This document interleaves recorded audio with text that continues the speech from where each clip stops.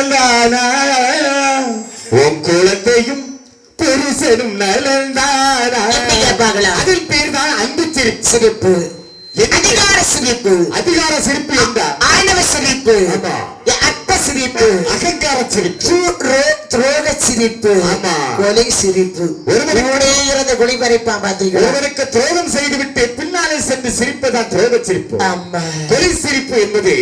இவனை எப்படியாவது வஞ்சம் தீர்க்க வேண்டும் இவனை பகை கொள்ள வேண்டும் என்று பிறகு அவனை கொலை செய்வதற்கு எத்தனை கொலை சிரிப்போடு ஒரு கொட்டாவி வரும் பார்த்திருக்கிறீங்க அப்படி இருக்கின்ற போது பார்வதா தேவியானவளை சிரித்த போது பகவானுக்கு கோபம் வருகின்றதா போய் நம்ம மனைவி சிரிச்சுட்டாளே தாலி கட்டி மனைவி சிரித்து விட்டாள் என்று பகவானுக்கு கோபம் வருகிறதா வரதானே செய்யும் பக்கத்து வீட்டுக்காரர் சிரிச்சா கூட கனி சிரிச்சா கூட கோபம் வந்திருக்க பார்வதா தேவியானவளை சிரித்த காரணத்தால் பகவானுக்கு கோபம் வருகிறது பகவானுடைய ஆட்டமான ஆட்டமாகவே மாறுகிறது ஏற்கனவே பயங்கரமாக ருத்ரத்தாண்டவமாக ஆடுவார் இதில் எங்கொரு கோபம் வருவதற்கு காரணமான பார்வதா தேவி ஆனவள் சிரித்த உடனே அவருடைய ஆடல் இன்னும் பயங்கரமாக ருத்ரத்தாண்டவம் கூடுதலாக ஆடுகிறார் யார் யாரெல்லாம் ஆடுகின்றார்கள் மாநாடு மழுவாடு மங்கு சிவகாமியோடு ஆடை யாதேர்களும் ஆடு மாமலிகளில் இருக்கின்ற தேவர்கள் யாதேர்களும் ஆடுகின்ற பொழுது சடை முடியானது அப்படியே விளைந்து விடுகின்றன சடைக்குள் யார் இருக்கிறாள் கங்கா தேவியானவள் இருக்கிறார் நாம பக்கத்துல இருந்தும் ஒரு பெண்ணை தலை மேல சுமந்ததும் அல்லாமல் சிரிக்கிற அளவுக்கு இவர் ஆடி இருக்கிறாரு இவருடைய நிலையில் நாம இருக்கக்கூடாது என்று அப்படி வைத்த போது என்ன ஆகிறது வாருங்களேன் என்ன ஆகிறது நம்ம ஆட்டியதால் தேசம் எல்லாம் அழுது போச்சு கட்டா மாறாதா மறையோனி அழுது போச்சு மாலை கரைந்து போச்சு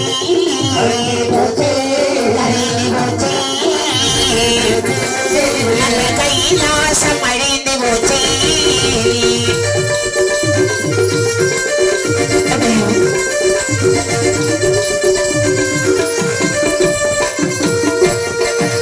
எல்லாதானம் அழிந்த போது ஈஸ்வரரும் பார்வதியும் இருக்க இடம் இல்லாமல் எதிர்த்தாள் பார்வதியாள் பார்வையா ஈஸ்வரரே ஈஸ்வரரே எந்த கோலம் இருப்பதென்ன ஈஸ்வரரே ஈஸ்வரரே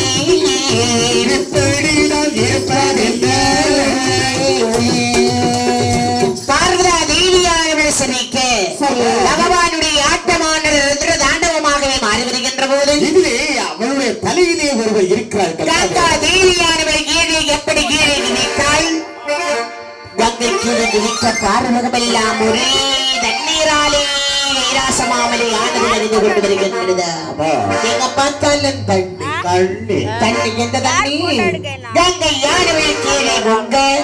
கங்கை யானவள் வெண்ணிய காரணத்தால் தண்ணீரால் உலகமானது அப்படியே அணிந்து கொண்டு வருகின்றது பார்த்தால் பகவான் பார்வதா தேவியிடத்தில் சொல்லுகின்ற சுவாமி இந்த உலகங்களாம் எப்படி இருக்கிறது பார்த்தாயா உலகமானது முதலிலே எப்படி இருந்து நன்றாகவே இருந்து முன்னுள்ள நொடியிலே நான் ஆடும் நேரத்திலே இந்த உலகம் எல்லாம் எப்படி காணப்பட்டது பார்த்தாயா இப்பொழுது உள்ள நிலைமையை பார்த்தாயா எப்படி இருக்கிறது கைலாசமாமலையானது தண்ணீரால் அழிந்து கொண்டே வருகின்றது சுவாமி தெரிகிறது அல்லவா இதற்கு காரணம் வகுக்க வேண்டாம் என்றுதான் முதலிலேயே உன்னிடத்தில் நான் ஆட மாட்டேன் அதனை பார்க்க வேண்டாம் என்று கூறினேன் உண்மைதான் ஆனால் நீயோ உன்னுடைய சுயநலம் முக்கியம் என்பது போல ஆட வேண்டும் அதனை பார்க்க வேண்டும் பார்த்து ரசிக்க வேண்டும் ரசித்து ருசிக்க வேண்டும் நான் என்னுடைய உடலில் உள்ள உயிர்கள் அனைத்து மெய்ப்பட வேண்டும் என்று கூறினாய் எப்பொழுது பார்த்தாயா சாமி மெய்ப்பட்ட உயிர்கள் அனைத்தும் இந்த தண்ணீரிலே அழிந்து விட்டதை உணர்ந்தாயா பகவானி இருப்பதற்கு இடமில்லை என்று தாங்கள் வருவதும் கவலை கொள்ள வேண்டாம் ஏன் அதற்கு எத்தனை செய்ய போகிறாய் என்னை திருமணம் செய்து தருகின்ற போது எங்க அண்ணன் உங்களுக்கு நேரம் கொடுத்தார் மைத்துனர் எனக்கு கொடுத்தார் ஒரு மோதிரம் கொடுத்தார் அல்லவா அந்த கடையாளியை எடுத்து கொடுங்கள் என்றார் தேவியானவள் கையிலேயே கடையாளியை எடுத்து கொடுத்தார் அந்த கடையாளியை வாங்கியே பார்வதா தேவியானவள் கங்கையிலே விட்டறிகின்றால் அங்கே வந்து முடித்தது வாரங்கள் கடையாளி செந்தாமரை மலைத்தடுமா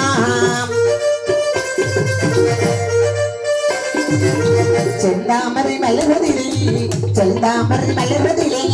சிவனமை நோக்கி இருந்தாரே செந்தாமரை மலர்வதிலே செந்தாமரை மலர்வதிலே சிவனமை நோக்கி இருந்தார் மாறாரே எருடால் வாய்த்த நல்ல கைலாசம்